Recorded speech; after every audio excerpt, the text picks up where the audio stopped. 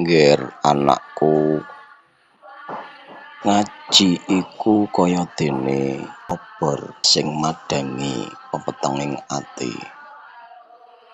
Nalika ati kita madhang dening ilmu agama,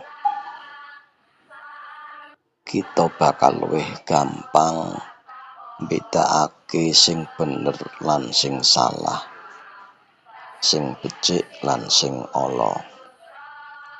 Ngaji ngresiki ati saka penyakit-penyakit batin kayata iri, drengki lan srei.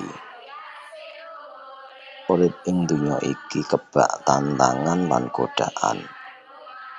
Tanpa pituduh sing jelas, kita bisa kesasar. Ngaji minangka obor sing nuduhake dalan sing bener, yaiku dalan sing diridhoi dening Gusti Allah.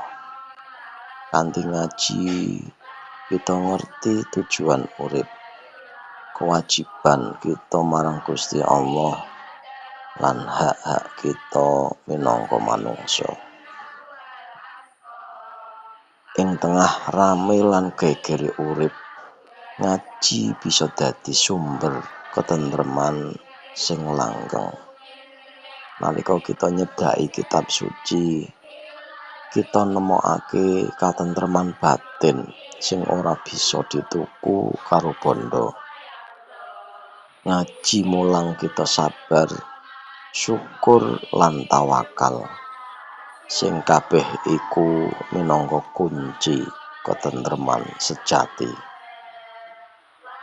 Bondo lan pangkat bisa musna, nanging ilmu sing kita sinau saka ngaji bakal langgeng lan dadi bekal ing akhirat. Saben huruf sing diwaca, saben ilmu sing dipahami bakal dadi amal jariyah sing terus mili ganjarane. Iki minangka sangu paling apik kanggo urip sawise mati.